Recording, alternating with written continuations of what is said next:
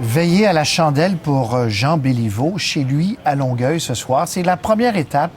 Vous le savez, on en reparlera un peu plus tard au Centre Bell. Dimanche et lundi, il y aura également l'occasion pour les gens d'aller signer un registre et dire leur dernier adieu à M. Béliveau. Pascal, donc à Longueuil, ça a commencé aujourd'hui.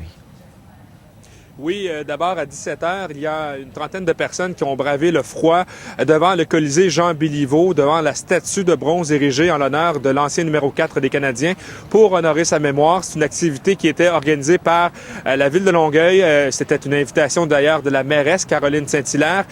On a mis à la disposition des gens un livre de condoléances pour que les amateurs des Canadiens de Montréal ou les gens qui ont connu personnellement Jean Béliveau puissent adresser des mots de sympathie directement à la famille Béliveau qui est affligé par le deuil.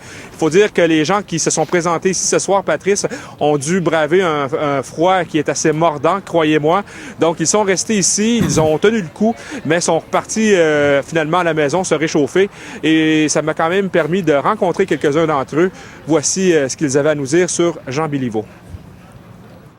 Bien, je vais tout simplement répéter, dans le fond, ce que je viens d'écrire dans le livre derrière. M. Béliveau était littéralement la classe et le respect. Tout un monument. Vraiment dommage. Mon père adorait Jean Béliveau, c'est son idole. Ah oui, et puis moi, je me rappelle, parce que je ne suis pas si jeune que ça, je me rappelle d'avoir vu jouer au hockey. Je me rappelle très, très bien chez moi. J'ai mes parents, mon frère est décédé aujourd'hui, puis mon père était tous les deux des fans de Jean Béliveau.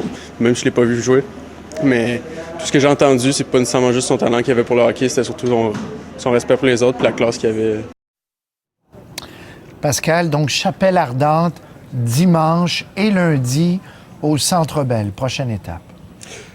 Oui, prochaine étape très importante où les amateurs de hockey seront invités dans l'amphithéâtre des Canadiens de Montréal. Donc, dès 10h dimanche, la dépouille de Jean Béliveau sera exposée en Chapelle Ardente.